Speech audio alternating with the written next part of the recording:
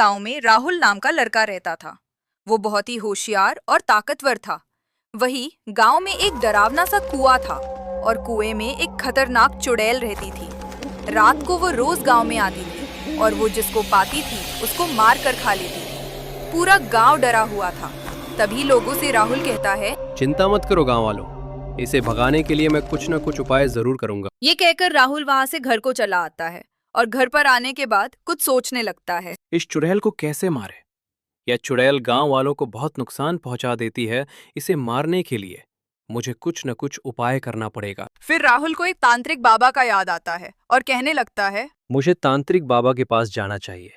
वहां से मैं तंत्र मंत्र की विद्या सीखकर इस चुड़ैल को भस्म कर दूंगा। फिर राहुल घर से तांत्रिक बाबा के पास चला जाता है और फिर तांत्रिक बाबा के पास पहुंच जाता है और कहने लगता है, बाबा, मेरे गांव में एक डरावना कुआं है। उस कुआं में एक बहुत ही खतरनाक चुड़ैल रहती है। वो रोज मेरे गांव में आती है और किसी को न किसी को मार देती है। इस चुड़ैल से पूरे गांव वाले डरे हुए हैं। कृपया आप ही कुछ कीजिए। तांत्रिक बाबा बोले, बेटा, मैं कुछ नहीं कर सकता क्योंकि मैं बहुत कमजोर हो चुका हूं और वह चुड़ैल बहुत ही खतरनाक है। इसलिए मैं तुमको तंत्र मंत्र की विद्या बता दे रहा हूं। तुम उस चुड़ैल से लड़ लेना। राहुल बोला, ठीक है बाबा, जैसे आपकी आज्ञा।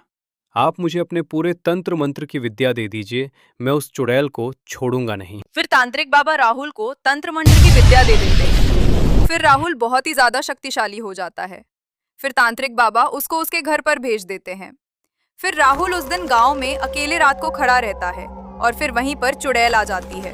चुड़ैल जैसे राहुल को मारने के लिए आगे बढ़ती है, जैसे राहुल चुड़ैल को तंत्र मंत्र की विद्या से उसे वहीं पर भस्म कर देता है। फिर गांव उस चुड़ैल से आजाद हो जाता है।